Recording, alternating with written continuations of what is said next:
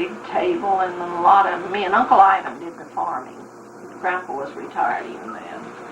And I remember the table, and I remember the way the kitchen and the house was set up. And I remember the feel of the going upstairs in Grandma's house. We all slept upstairs. I remember the feel of going upstairs. That's not all. And then they had an old Studebaker out in back. Must have been ruined by then. And we'd go play driving on that old Studebaker. I don't remember much else about them living out in the country, but they retired to Greenfield, Iowa, and had a small house in Greenfield, Iowa. And I remember being there a lot of times. And we were always scared because Mother was very conscious that the Kirlins had a little more money than the Adamsons, and she had to make us girls, you know, do the right thing by Grandma Kirlin. We always had to have long, white stockings to wear when we went to Grandma Kirlin's. And the first thing that Grandma Kirlin would say to me was, I was getting too tall. I ought to put a brick on my head so I wouldn't get so tall. I wasn't all that fond of Grandma Kirlin. I liked Grandma Adamson best.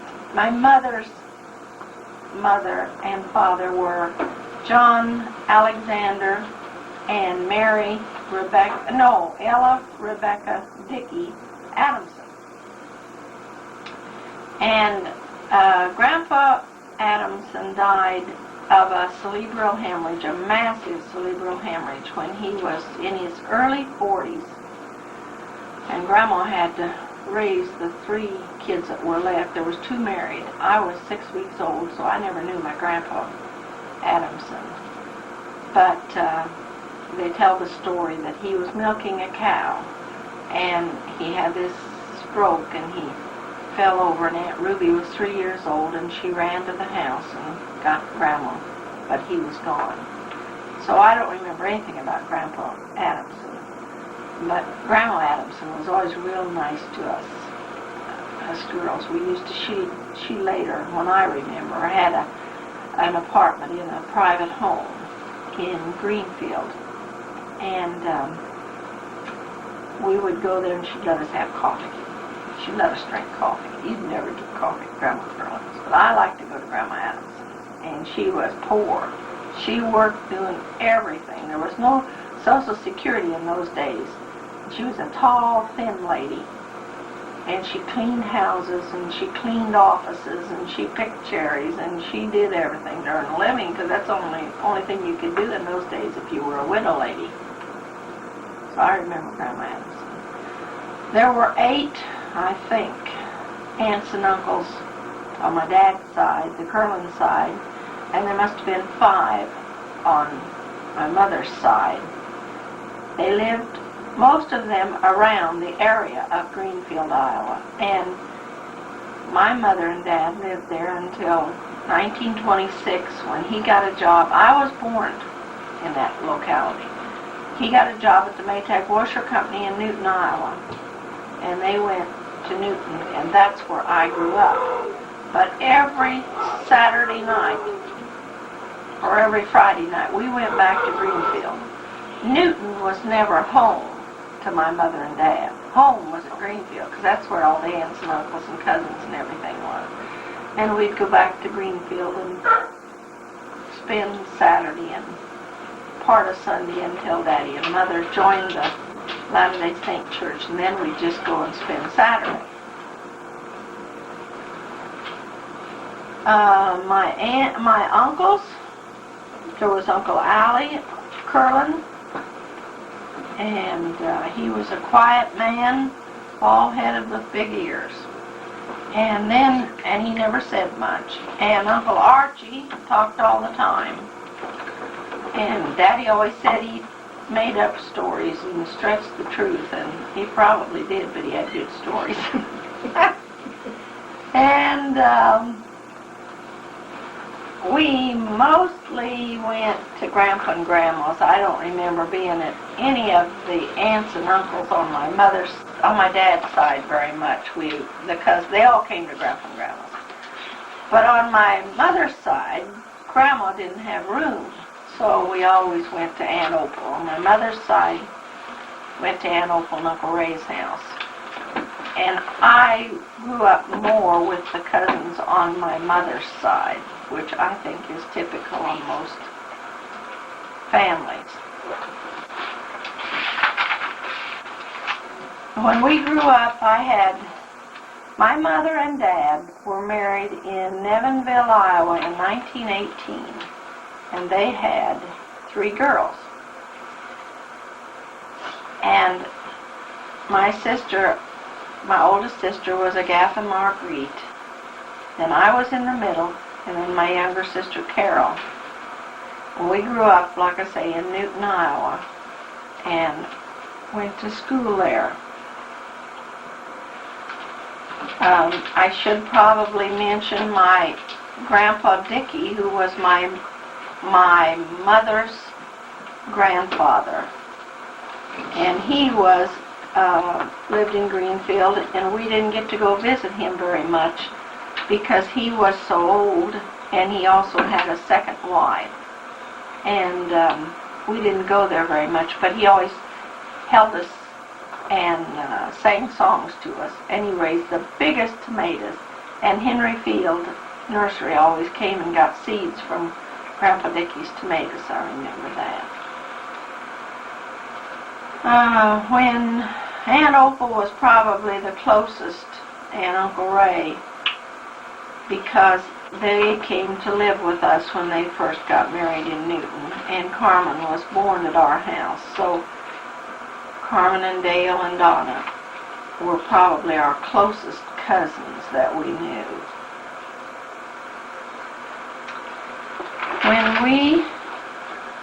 My earliest memory of living in Greenfield was when we lived across the street from a family that had a furniture store uptown with an elevator. And I must have been 3 or 4 years old. And I remember so clearly Jeannie Crook's dad was going to go back up to the furniture store one night, and Jean came and asked me if I wanted to ride along uptown on Saturday night. And I went and asked Daddy, and he said no, I couldn't go. And I stood there on the porch, and I thought, should I go? I might never get another chance to ride an elevator. So you know what I did. I went. Don't remember the elevator, but I sure remember thinking that. So I went anyway. And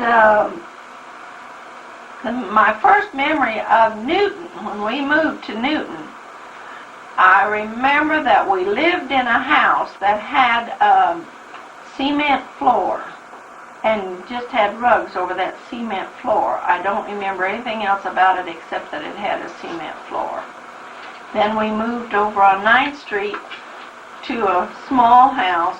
Daddy was working at the Maytag factory at that time. And I went to Emerson Huff School. I remember kindergarten. We laid on little rugs. I remember that. I remember my 4th grade teacher because I was scared to death of her, Miss Pearson. I was blessed with a high IQ, so I never had any trouble in school from the beginning out. School was easy for me. But that didn't mean that we didn't have to do our studies and our homework, because we did. Mother used to line us up every morning before school, and we'd have to kneel down by Grandma's bed and say prayers before we went to school. And we always had to pray to get 100 in spelling and and I always was praying for a bicycle because I wanted a bicycle. And she told us, anything you prayed for and worked for, you could have. I didn't get that bicycle until I got out of high school. I did a lot of praying for that bicycle. But I really didn't have any trouble in school. I don't know if it was because she made us work or what, but I didn't. And a girl lived down the street, and her name was June Peters, and she had a little playhouse and a little swimming pool. And she was about my age, and I got all summer, spent the summer going swimming down to June Peters and playing in the playhouse. I had a good childhood. I can't think of anything that was bad about my childhood, because we had a big tree in the front yard and lots of playmates, and everything was great. My sister Agatha was much more talented in art, and Mother took in washings, and she got to have art lessons, and she was also much more agile. I was always too big, but Agatha was agile. She played ball, and we went to the ballpark every night to watch Agatha play ball. And Carol was extremely talented on the piano, and she took piano lessons and had recitals and all that. And I wasn't talented in anything like that, like anything. And let's see, I remember getting in trouble in grade school because we were playing baseball, and the kid that was up to bat ahead of me was a great big boy, and he swung the bat, and I jumped up to get it, and he missed the ball and hit me right smack in the face. And I had a broken nose, but I got my first boyfriend that way. And he came to visit me every day. I had black eyes, but his name was Jack Santon, and his dad ran a grocery store, and I really was friends with Jack for a long time. But that's how it started. And let's see, what else? Oh, when I was about in the 5th grade, Gatha would have been about in the 8th grade, and they had to have gym suits. Gatha had to have a gym suit for the 8th grade gym class. Emerson Huff was a grade school that I went to in Newton, and it was more or less an experimental school. They don't do that out in our country now, and I don't know if they do here in Michigan. But we had homeroom, which was reading, writing, arithmetic, and geography, the first, or the, half day. Then the other half of the day was spent going to science class, going to art room art class, gym room gym class, and music room music class. The whole other half of the day, so that you had only half day in homeroom, and then you had the other half day doing this. Well, Gatha got a gym suit. Blue bloomers and a white top, and of course we all had gym shoes. But I thought, well, if Gatha had one, I needed one. And Mother very foolishly got one for me too. And I very foolishly took it to school. And dashed in the girls' restroom and got it on before gym class, and went prancing into gym class, the only one out of about 100 with a gym suit on. And of course you know exactly what happened. I got sent to the principal's office real fast. And we were scared to death of that principal. She was a little lady, and she had a reputation for using a rubber hose on everybody. But all she ever did to me was give me a lecture, and then she had put me to work for an hour sorting papers in her office. And from then on, every spare moment I had in grade school, I was in Miss McCall's office helping her, answering the phone, sorting papers, fixing things. And it was a wonderful experience. I really had a good time doing that. We went uptown to junior high and high school. We walked about 13 blocks. In Iowa, it is cold. And you wore snow pants. And then when you got to school, you took off the snow pants and the snow outfits, and you were in school the rest of the day with your clothes, and you put your snow pants back on to go home. And it'd get to 34 below zero, and you still walked about 14 blocks to school.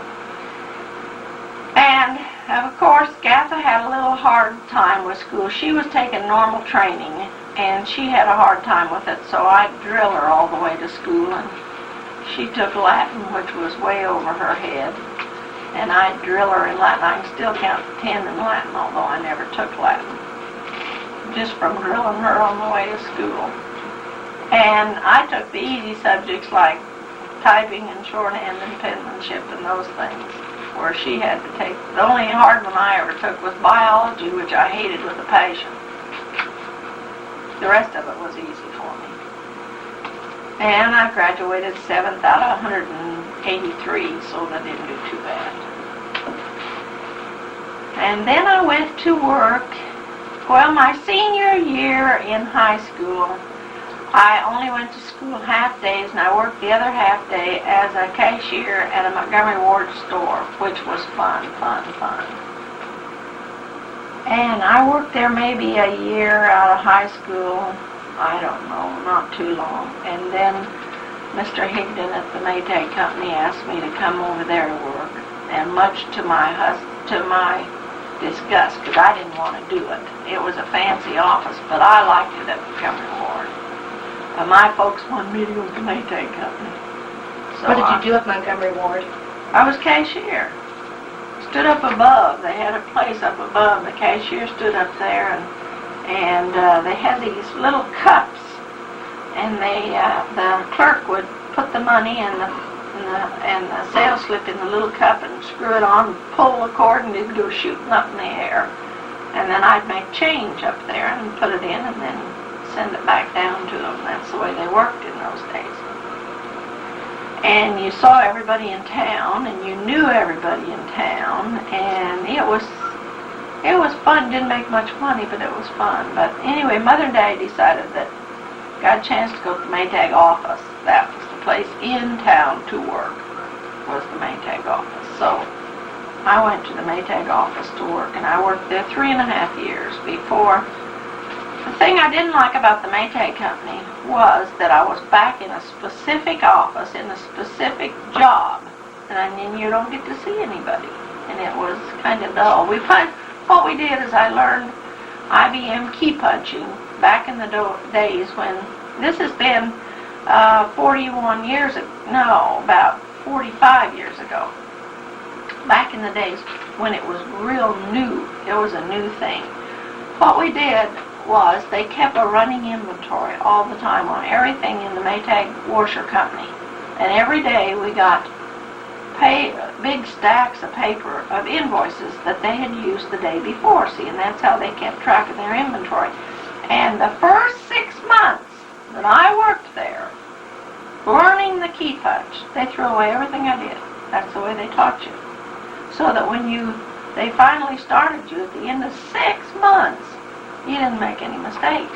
It was, you just didn't make mistakes. And I worked there 3 years. I worked, the girls there were 3 of us, key punched all day long. And I think I finally, the last month I was there, I got $90 for that month's work. The reason I remember that is that when I decided to go to Kansas City to work, I started down there higher than what I had been getting at the Maytag Company, so I thought that was a real good deal. But Mr. Higdon was awful mad when I left. The reason I went to Kansas City was because my best girlfriend at home, Margaret Galuska, went to San Diego. And after she was in San Diego a while, she called up one day and she said, "Come on out, I can get you a job out here." And I thought, oh boy, would that be fun. That's when Mother and Daddy were in Greenfield that weekend, and I called Mother up at Aunt Opal's and I said, "Margaret, called, get me a job. I'm going to Kansas City. I'm going to San Diego." And Mother and Daddy were home in 2 hours' time. There was no way I was going to San Diego. Even though I was 20 years old, or 19. Then I decided that I'd go to Kansas City. I had a sister in Independence. I'd go down there. So Mother and I took the car, and we went to Independence, and I went around, and I applied at all the different places where they used key punchers. And I went to work over in North Kansas City at a North American bomber plant. And I worked there until just before Steve was born. But after I went to Kansas City to work. I lived at my sister's for a short time. And then I got an apartment with some girls out on the Kansas City Plaza. And one night, we decided, it was during the war, and we decided that we would go to the USO Club and sign up. They had parties down at the USO Club. So we went to the USO Club, filled out the form. Well, it wasn't very long, a couple of weeks, till I got invited to a party down there one night. And part of the thing that you signed up was that you were a hostess for the soldiers, but you did not leave the party with any. So I went to the dance, and there were lots and lots of good-looking soldiers there, but there were some that weren't very tall, and I kept getting the short ones wanting to dance with me. And this big, tall guy came and sat by me, but he didn't say much. He visited some, but he didn't ever ask me to dance. And pretty soon here came a little short guy again and asked me to dance, and I said, no, I'm going to take this one, and I drug him out there on the floor. And then he couldn't dance. And he asked me if I'd like to go have a hamburger, and I said yes, and I did leave with him. And started going with him, and that was October 25th, and we were married November 21st. Now that's not very long. That's only 6 weeks. That was in 1942. And I wouldn't recommend that for any of my grandchildren or great-grandchildren. But remember, I had a lot of boyfriends, and I knew what I was looking for. And when I found it, I decided I better grab him while I could, I guess. We went over, my sister was living in Kansas, over in Independence, Missouri, and she was pregnant and had to be in bed all the time. And we went over to visit her one night, and my dad and mother came down to meet Jack, because I had called and told him I was going to get married. And I remember my dad was sitting there in a chair, and when I said, Daddy, this is the boy that I'm going to marry, the sweat just popped out on his forehead. He was bald-headed, and the sweat really popped out on his forehead. And we were married at Marvin's mother and dad's home, Mr. and Mrs. McConley. And Mrs. McConley was kind enough to bake a wedding cake for us, and we had a very nice wedding. His mother and dad and 2 sisters, Doris and Ruthie, came, and Margie came, and my parents came. And then the girl that I lived with, Marjorie Groomer, and the boy that he lived with, Jack Larson was his name. My husband's name is Oscar Alfred Henry Larson, Jr., and that's a mouthful. They called him Junior. But he told me his name was Jack, and that he was from Chicago when I met him. So that's what I've always called him, is Jack. And the first home that we had was an apartment on 9th Street, because he was in the Army station at the depot there in Kansas City. And it wasn't a very nice apartment. It was only 1 room. And his parents came over to look over the apartment the day that we were married. And we didn't go on a honeymoon. We went back to that apartment after we were married that night, and stayed the first night in our own apartment. And the next morning, we hadn't any more than had breakfast, and here came his mother and dad and his 2 sisters to check him out to see if he was all right.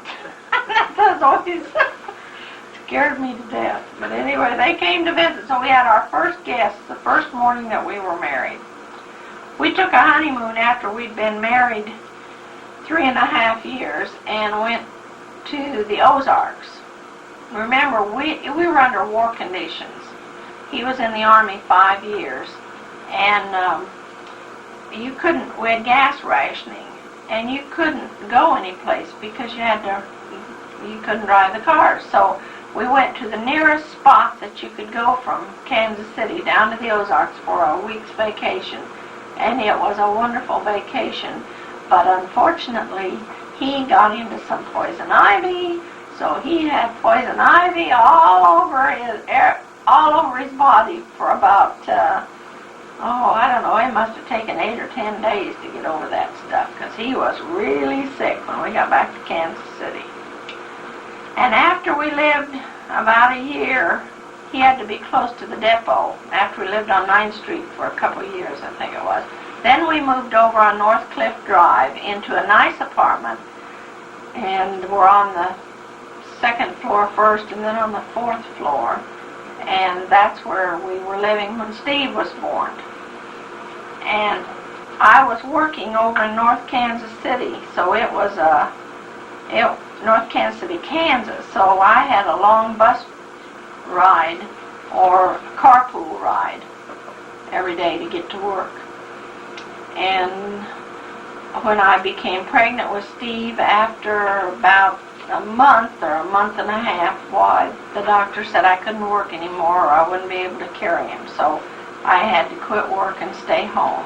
And he was born prematurely, about a month prematurely, and only weighed 5 pounds and something. But he was all there and a good baby, so we got along just fine.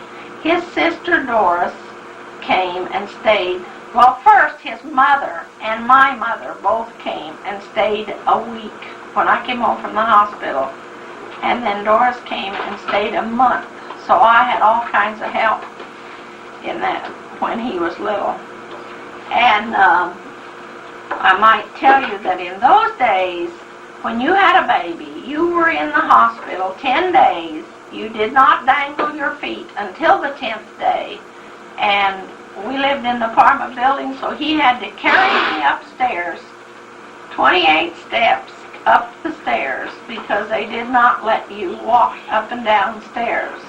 Now you don't go through all that to have babies, but they did in those days. We lived in Kansas City until Steve was 10 months old, when the war was over. And then Jack had been with the Bureau of Animal Industry in Chicago before he was drafted. So we went to Chicago, and I hated that place with a passion. There was no decent places to live. There was, rents were very high. We paid $47 a month rent for our apartment in Kansas City, and it was in a nice neighborhood, and we had 2-bedroom apartments, dinette, the whole bit. That's just how cheap apartments were. We got to Chicago, and you couldn't get an apartment in a decent part of town for love or money. And so I hated that Chicago. And my husband didn't ever intend to stay in Chicago, so he would not take the baby bed. Went to Kansas, and Steve slept all the time we were in Chicago. He slept on a divan and rolled off on the floor every night of the world. And I had no friends in Chicago, and I didn't want any, so I didn't make any friends, and it was just a real bad experience, plus the fact that I was sick the whole time we lived there. So we went home. Tell about the baby carriage. Oh, in Chicago, in maybe not every place, but in the neighborhood where we lived, you couldn't leave anything outside the apartment building. And I had a stroller. So I would put Steve in the stroller, and I'd go to the grocery store every day and just get enough food for what I could carry with him and the stroller up the 2 flights of stairs. Well, one day A&P were having specials, and I bought more groceries than I could carry with the stroller and him. So when I got back in front of the apartment building, I thought, well, what am I going to do? I can't carry them all 3 upstairs. So I decided, well, I couldn't leave the groceries out there, and I couldn't leave the baby out there. So I carried the groceries and the baby and left the stroller outstairs ran up 2 flights of stairs, set him in the middle of the floor, set the groceries in the middle of the floor, and ran back down. The stroller was gone. So I had to go back up and get him, and that stroller was 2.5 blocks with the little kids just pushing it away. And let's see, when I finally kept having so many gallbladder attacks that the doctors in Chicago said I had to be operated on to get rid of some gallstones, and so I decided one way or another I was going to get out of that place. They made an appointment once. Well, first we went to a doctor and he said, oh, it's nothing but just living in Chicago. She doesn't like it here. It's just no place for her. And she's a little Iowa girl, and you better move. And I said, well, let's take some x-rays anyway. He said, well, just to please me, he'd send me downtown to the Loop, to the medical building, to take some x-rays and see. So my husband told me how to get downtown, take the elevated so far, and then take something else so far, and I'd get downtown to the medical building, and they take these x-rays, which I did and got along fine. But when I come out of there, I realized that the elevated only runs certain times of the day, and I didn't know how to get back out to 47th Street where we lived. So I went upstairs, back up to and asked the nurse, and she told me that if I got on a certain streetcar, it would take me clear back out where I wanted to go. So I got on that streetcar. Pretty soon, riding along just fine. Pretty soon, everybody that was white got off that streetcar, and everybody black got on, except me. And we were riding along, went right through the heart of Harlem, and came out, and everybody black got off, and everybody white got on. And went on out, nothing happened. But now, when I think of that, scares me to death, but it was all right.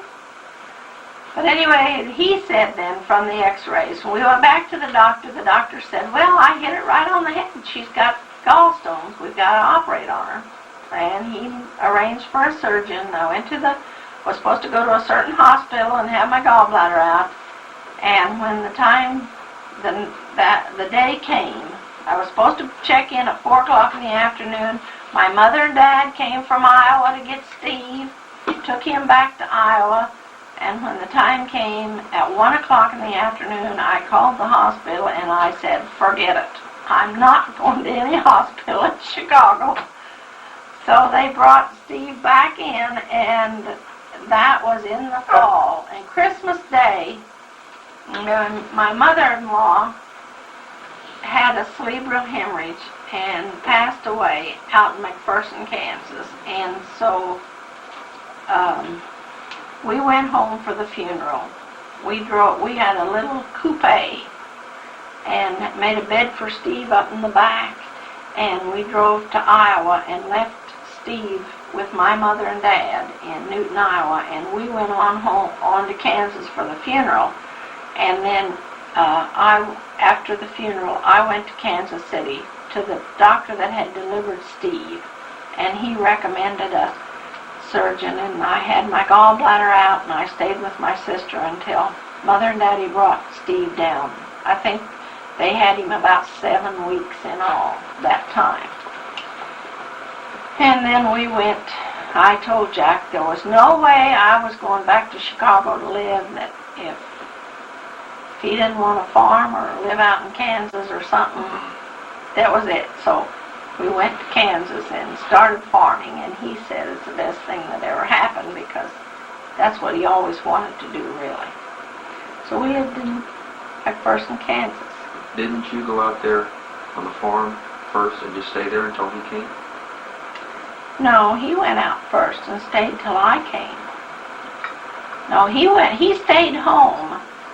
When I had that operation, he stayed out there, and I stayed to Gathis till I recuperated, and then he came in after me, and we went back out on the train. But he had been there during about 6 or 7 weeks before I came. But boy, those were tough days, I'll tell you for sure, on the farm, because we had to move in with his dad, and he had, Brother Pete was home, Louis was home, Margie was home. They were in high school, and we had a hired man, and then Jack and I and Steve, and I had to do all the cooking, and we had no running water, and that was tough. Those were tough days. Finally, after a year and a half there, the first year that we were home, the kids went to school, and then that winter, we were there, just Dad and Jack and I mostly, and Steve, and it wasn't so bad. But then the next year, when they went to school, I told Jack, we've got to get out of here. I can't stay here this way. So we moved into an uncle's house down on the corner. It was a small 4-room house, but we moved down there, and we lived there 5 years. We bought our first farm while we lived there, 200 acres, and it cost us $5,100. And you couldn't buy that farm today for less than $375, $400 an acre, because it has just improved in price. Okay, what else do you want to know? Jack, I shouldn't tell what Jack's family are. I had 2 sisters. My older sister lived in Kansas City, and my younger sister lived in Denver. Well, tell about about living on that little 4-room house on the corner. Does he have any sisters before? No. When we lived in the house, the little house in the corner, my husband's bachelor uncle had lived there, and he passed away, and it had been vacant for a little while. And I went in, and now remember, my husband didn't want to move away from home. He wanted to stay right up there with Dad. He was perfectly happy up there with the hired men, but I wasn't. So I moved. I decided I was going to clean that place up, move what stuff was ours, and move down on the corner, which I did. I knew as soon as I got down there, he'd come down and stay all night. So he came, and there was no toilet. We didn't even have one of these little one-holer things. There was nothing there. I don't know what Uncle Amos did, but there was but we had to go back up to Grandpa's to the bathroom, back up to Grandpa's to take a bath and everything the first week we lived there. We got a toilet moved in. That was a bird. We had these 4 rooms. You had a kitchen, a dining room, a bedroom, and another bedroom. Really, it had 2 living rooms, but we made one a living room, one a bedroom, and another bedroom. And we lived there 5 years. There was no running water, no electricity. We had a telephone, and we had gas. I went to town to wash clothes because there was no way. I had no washing machine. I had to go into the automatic, the laundry in town. I'd gather up all my clothes and go in there and wash clothes. In the wintertime, you took a spit bath or you went up to Grandpa Larson's. And in the summertime, Jack fixed up a shower, and we'd pump water up into this shower, and the heat of it gets pretty hot in Kansas, and the heat would heat the water, and you could take a shower. One time I got caught when his cousin Ole came, and I was out in the shower without enough clothes. You have those things, but that doesn't matter. The hard part was going out to the bathroom and leaving the kids in the house. That was the hard part, because I'd have to leave them in the house and go out to the little one-holer. And Jack worked like a fool in those days. He's always worked like a fool, but he really worked those days. It was nothing. One time, he plowed 80 acres with a 2-bottom plow, and he started in early one morning, and he plowed all day and all night and all day the next day. And I would just take food over to him, and he'd sit there on that blamed tractor. And his best friend was Dwight Nelzine, and that evening, Dwight was done plowing. And he and Doris came over that night, and I was worried. And I said, he's been out there all this time plowing. And Dwight said, well, I'll go over and plow for him and make him come home. I'll go. Well, of course, I should have known better, because the minute he went over there, then Jack came home too. He wouldn't let Dwight do it. He came home. And do you know that for 10 years I heard about it rained that night. He didn't get his plowing done. At least 10 years I heard about how I ruined that. He didn't get that wheat crop because he didn't get that plowed. When he plowed later after the rain, it wasn't as good. We lived down there on the corner 5 years, and his Uncle Selmer had a real nice house up the road. He had never had any children. Great-grandpa Larson had built, when they came out from Minnesota, they had lived in a dugout, and he built a house. Then he built the house for Uncle Selmer, and the one we lived in was just one that had been moved in. But Uncle Selmer's house was real nice, and Uncle Selmer was old, and I wanted that house. Well, he and Aunt Esther moved to town, and the house sat vacant. And every once in a while I'd say, "Hey, Uncle Selmer, how about letting us live down there?" Because we farmed his ground, but they were going to come back. They were going to move back, and they didn't think we should. Finally, I got him to where he said we could move down there. And so we moved down there. By then, we had Steve and Eric both. Eric was born during that 5 years that we lived in that little house. Steve didn't start to school, though, yet when we lived down there. So Steve must have been about 6 when we moved. What date was Eric born? Eric was born in 1951, in February of 51. But before that, I had gotten pregnant in 1949, and the baby was, I carried it too long. I mean, he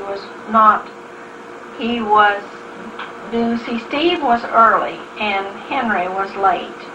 And I went to the doctor that when he should have been born, and the doctor decided to give me some castor oil, which would start me. And I did not take castor oil good at all. Well, we came home that night out in the country, and I took that castor oil and immediately became violently ill. Jack rushed me back to the hospital, but by then they had called Dr. Price to go someplace else out in the country, and he wasn't there.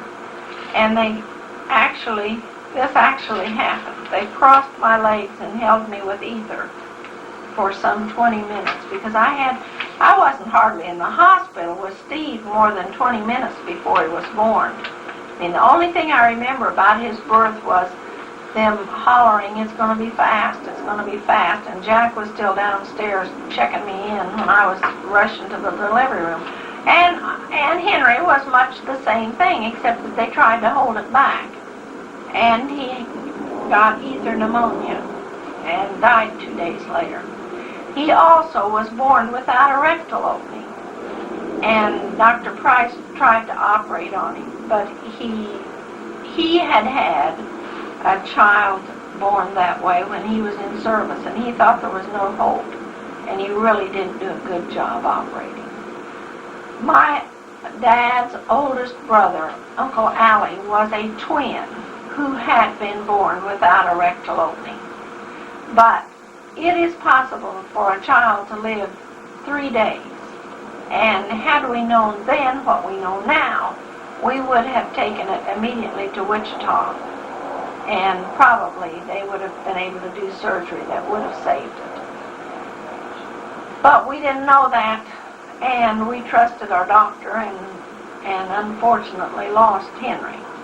Then Eric was born 15 months later, and I went to Kansas City when Eric was born. I was in Kansas City probably 2 months before Eric was born. I stayed at Grandma McConley's and then just went over to my sister's just a day or two before he was born. And I had a real easy time. He came 3 weeks early, too. And I had a real easy time with Eric. And Philip was born in 1954, but by the time Philip was born, we had a gynecologist in McPherson, and so I didn't feel unsafe to have him. I had 4 babies by 4 different doctors. That's kind of silly, I guess. But anyway, I didn't have any trouble having Philip, and he also was late. I thought he would never come. But we've lived there in that house since we moved in 1 year to the day before Philip was born. So we've lived in that house now 30 years in that house. And the kids went to school, to a little one-room schoolhouse. Steve went all 8 years there. Unfortunately, I think he would have had a better education had he been in town.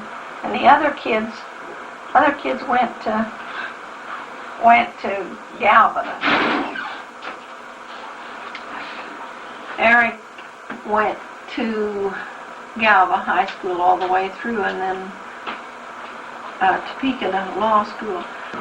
I should go back and tell you something about my family, my mother and Dad. My mother got scarlet fever at 5 years old and was totally deaf all of her life. There were 5 in the family. She and her Aunt Gladys, my Aunt Gladys, were deaf. But that didn't stop her from having a normal childhood. She wore little rubber earpieces when I was growing up, but she couldn't hear worth beans. We would have to yell at her. And she could always hear Daddy, but she couldn't hear us. I remember when we lived in Newton, Iowa, we had a great big stucco house with bedrooms upstairs and a big house downstairs. And Mother always made us more or less stay in our yard when we were growing up. We weren't turned loose. She was kind of a person that wanted us home. But we did have a big yard and a lot of kids playing all the time. And she was very strict with us. Daddy, I remember when I was in high school, Daddy took us to the basketball and football games. He would take us to the gate, and he didn't have money enough to go to them. And then he would meet us at the gate and bring us girls home. We always knew at any time, if we were ever any place and got in any situation that we were afraid of, all we had to do was call Daddy and he'd come. We always had that feeling. They instilled in us a secure family feeling so that we didn't ever have to, we had freedom within the family circle. I mean, we felt safe. Daddy and Mother were strict, but yet they were rather lenient in our choice of friends, I think. And it grieves me when I think that my mother and Dad are gone, because even as an adult, I had that feeling that any time they were back there for me. And of course that's gone now. The reason that I left Newton, Iowa and went to Kansas City was because they didn't want me to go to San Diego. And I went to Kansas City. You should know that my mother and father were reorganized Latter-day Saints, and they raised us Latter-day Saints.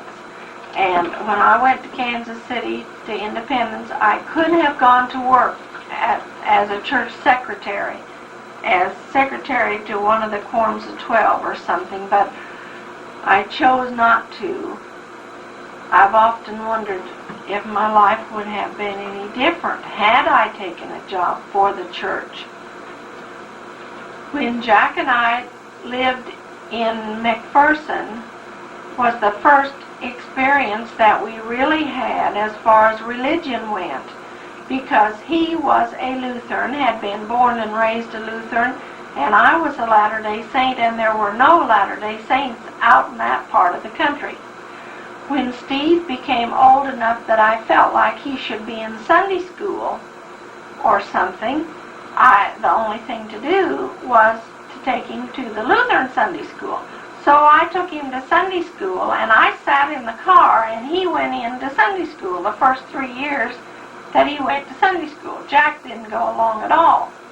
And then after a while I thought, well, now that's pretty stupid. In fact, one of my sister-in-laws jumped me about it, and she said, well, she knew somebody, and they didn't become a Lutheran until their parents were dead. And I thought, well, that's stupid. So I went in to see what was going on, and gradually decided that that was a pretty good church, and so we both became Lutherans and very active in the church. Jack was on the church board, and we stayed at that church home until we got a preacher that was there 8 years, and 100 left during that 8 years, and Steve was out of high school then, and we decided that the other boys, we would take them to Galvin, to a Christian church, and we've been going there. We joined there, and we've been going there, Christian Disciples of Christ Church, ever since. They kid me that I still have a lot of Latter-day Saint in me. But I do think that what you are raised, what your young years, what's in there is what you sort of believe in a way, too. But I've been active in the Christian church for a number of years now. And my husband is, too. When we were raising our children, we have had one motto all through our married life. Within our wedding rings, we had each for the other, together for God. And in our kitchen hangs a plaque that says, home is where each works for the other, together for God. And we've tried to have that as our motto or basis or something for our home. We argue a lot at our house, but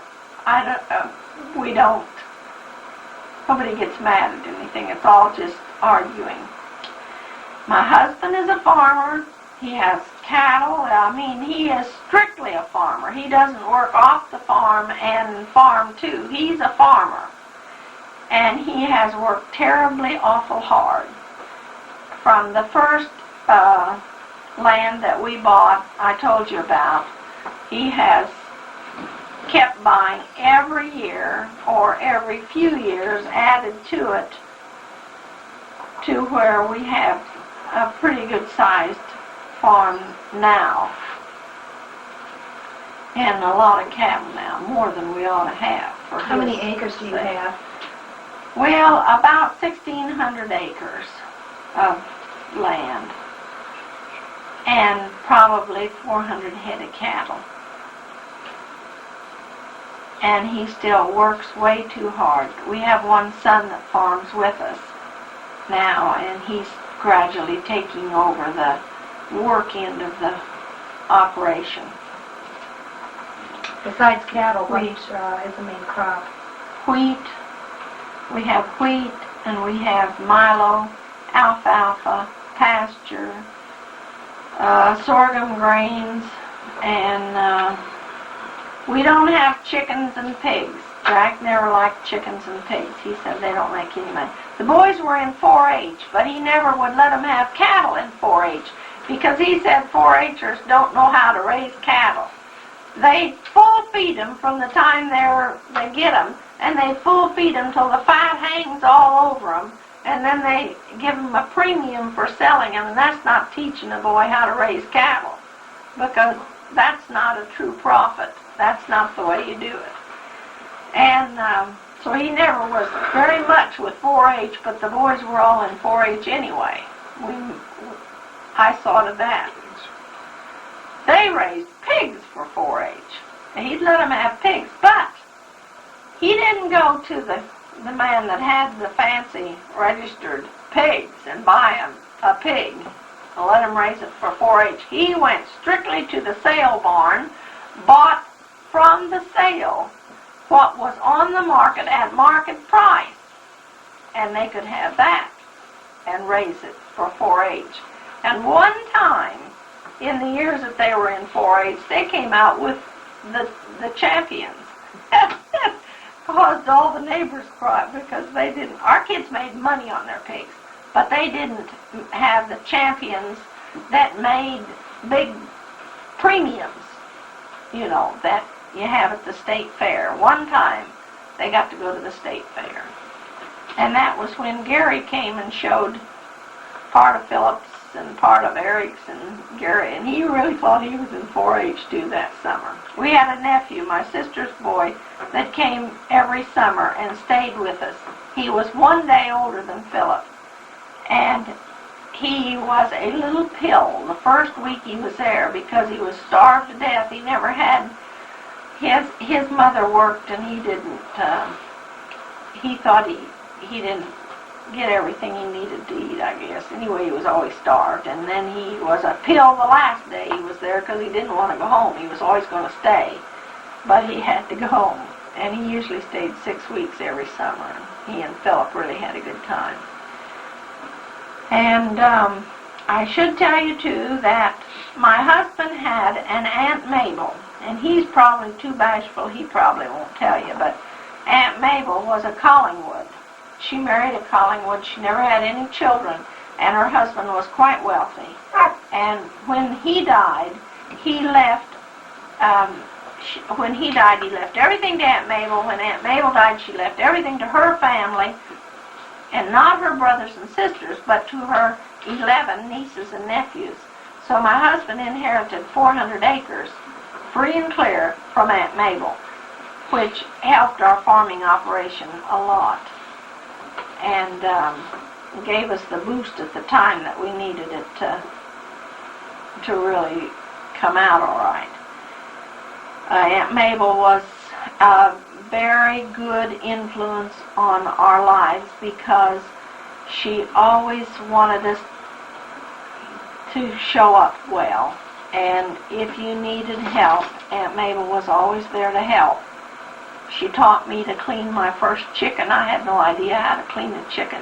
Aunt Mabel taught me that. See, I'd never stayed overnight on the farm when I married Jack, and when we came to the farm, I'd never stayed where there wasn't any running water and electricity. And Aunt Mabel taught me the things that I had to know. Although she didn't live there, she grew up there, so she knew what I was going to have to know to make a success of being a farmer's wife. Jack never believed in women doing field work or anything like that. The only thing I've ever done to help him in the farm work is drive the truck to haul the wheat to town. And for, 30 years I hauled most of the wheat that went to the elevator. I hauled all the wheat. The year Philip was born, with Steve helping, and Steve would have been 10 years old, and Eric riding along, and I was so pregnant I could barely do the steering wheel because he was born in August.